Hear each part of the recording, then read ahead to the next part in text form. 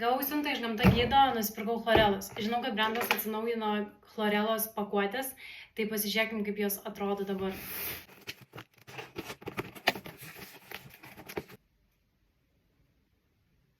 Man jau labai patinka pakuotė, nes yra stiklinis indas, jisai bus daugkartinis, šiaip labai gražus. Aš chlorelą su savimi nešiojus visada rankinukė arba kupriniai, tai bus žymiai patogiau negu tiesiog paprastose pakuotėse. Ir nuo šiol bus galima tiesiog įsigyti refilą po 100 gramų, tai bus ir pigiau ir žymiai patogiau net ir namuose laikyti šitam stikliniam inde. Tai 5 priežastis, kodėl aš vartoju chlorelą kiekvieną dieną. Priežastis numeris 1. Chlorelas savo sudėtyje turi virš 20 vitaminų ir mineralų, taip pat aminorūgščių, baltymų, chlorofilo, tai tiesiog nematau priežasties, kodėl reikėtų negerti chlorelos. Priežastis numeris 2. Chlorelą atradau tada, kai buvau vegetarė ir reikėjo baltymų, o kaip žinia, chlorelo yra netgi 3 kartus daugiau baltymų negu jautienos steike.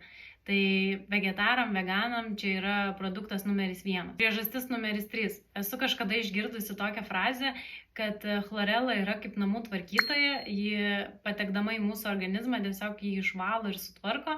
Tai kaip žinia, chlorela valo mūsų organizmą nuo toksinų ir sunkiųjų metalų, kurie tikrai neišvengiamai patenka į mūsų organizmą per orą, per maistą, su pesticidais, taip pat su kosmetikos priemonėm. Tad šiais laikais organizmo valymas yra tiesiog neišvengiamas. Priežastis numeris 4. Visą laiką pasiemu chlorelą į keliones, nes dažniausiai nutinka taip, kad tam tikras maistas nėra priimtinas mūsų organizmui, jam sunku adaptuotis ir sutrinka virškinimas. Tai chlorela visą laiką gelbėja mane ir tiesiog sutvarko visas mano virškinimo problemas. Ir priežastis numeris 5. Hekas pasiteisinęs 100 kartų, tai jeigu žinau, kad valgysiu nesveiką maistą arba kažkokį apsunkinantį maistą, stengiuosi išgerti chlorelą 20 minučių prieš maistą. Jeigu nežinau, tai tiesiog išgeriu chlorelą post factum ir kaip žinia, nesveikas maistas tikrai neprideda jokios vertės mūsų organizmui ir kartais reikia tiesiog tą nesveiką maistą greičiau pašalinti. Tai chlorela yra pats geriausias dalykas su tuo maistu greičiau atsisveikinti.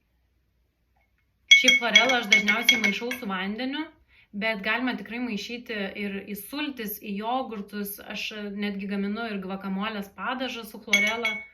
Labai geras dalykas apie chlorelą yra tas, anaiptol negu spirulina, ji neturi jokio specifinio skonio ir kvapo, o malonu gerti ir visiškai netrukdo jokiam maiste, padažuose ar, nežinau, troškiniuose. Nuoširdžiai rekomenduoju būtent šią chlorelą, nes esu išbandžiusi įvairių brandų, įvairių pavidalų, tiek milteliais, tiek tabletėmis. Ir man labai patinka būtent šita chlorela, vien todėl, kad jinai maišyta su ašvaganda, juodgrūde ir linų semenimis. Tai čia yra tiesiog bombinis kombo.